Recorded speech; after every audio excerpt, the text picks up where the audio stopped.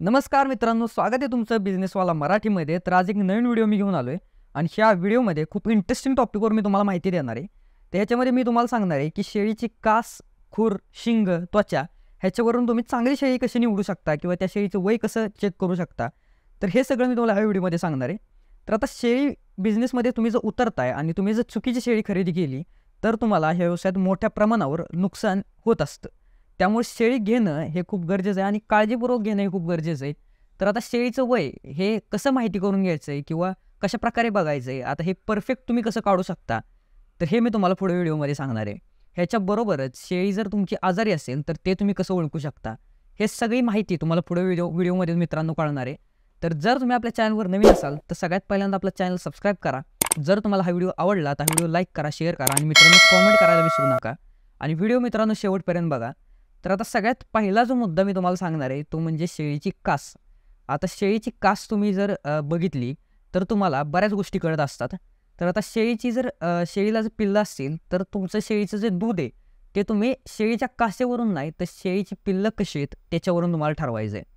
तर आता हे का ठरवायचं आहे, कारण बाजारात तुमची मोठ्या प्रमाणावर फसवणूक होते. तर आता ही फसवणूक कशाप्रकारे होते, तर आता बकरीला जर पिल्लं असतील तर त्या बकरीला मार्केटमध्ये आणण्यापूर्वी जवळपास 1-2 दिवस त्या शेळीचं किंवा त्या बकरीचं दूध काढलं जात नाही. ह्याच्यामुळं काय होतं की तुम्ही जेव्हा शेळी बघायला जाता, शेळीची कास बघता, तेव्हा ते शेळीचं दूध जे ते तुम्हाला जास्त वाटतं. म्हणून शेळीची जर पिल्लं असतील तर शेळीची कास बघण्याऐवजी तुम्ही शेळीची पिल्लं बघूनच हे ठरवलं पाहिजे की शेळीला दूध किती आहे. त्यामुळं जर पिल्लं जर कमजोर असतील तर तुम्ही समजून जायचं की बकरीला दूध कमी आहे किंवा या शेळीला दूध कमी आहे. हा झाला आपला पहिला मुद्दा. त्याच्यानंतर दुसरा महत्त्वाचा जो मुद्दा असतो तो असतो खुरं. आता बकरीची जी खुरं आहेत, बकरी कुठल्याही ब्रीडची असू द्या, बकरीची खुरं बघून तुम्ही बकरीचं परफेक्ट वय हे काढू शकता. तर आता हे कशा प्रकारे काढायचं आहे, बकरीच्या ज्या खुरांमध्ये अंतर जास्त असेल आणि बकरीची खुरं पसरट असतील तर समजून जायचं की या बकरीचं वय तुलनेनं थोडंसं जास्त आहे. हा झाला आपला दुसरा मुद्दा. आता शिंगांवरून तुम्ही कसं ओळखायचं, तर आता शिंग ही देखील खूप महत्त्वाचा पार्ट असतो बकरीचा आणि शिंगांवरून देखील बऱ्याचशा गोष्टी आपल्याला कळतात.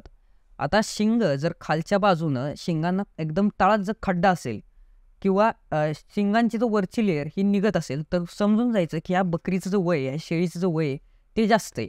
आणि तुम्हाला ते जाणवून येतं की ही बकरीची शिंग जी आहेत ती निघायला आलेली आहेत. तर त्याच्यावरून तुम्ही ओळखून जायचं आहे की या बकरीचं वय जास्त आहे. आणि तसं जर नसेल तर ती बकरी ही कमी वयाची आणि टवटवीत आहे, ती तुम्ही ह्या व्यवसायासाठी घेऊ शकता. त्याच्यानंतर शेवटचा जो आपला मुद्दा आहे तो आहे त्वचा.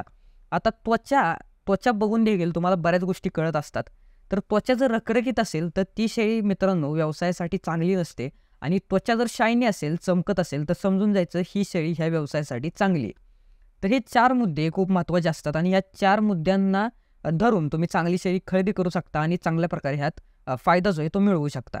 आणि नवीन शेळी व्यावसायिकांसाठी हे मुद्दे खूप महत्त्वाचे आहेत. तर जर तुम्ही नवीन उतरताय चांगल्या प्रकारे यात अभ्यास करून आणि नीट बघूनच या व्यवसायात उतरा, एक्सपिरियन्स घेऊन उतरा, तर तुम्हाला चांगला ह्याच्यामध्ये फायदा जो आहे तो होऊ शकतो.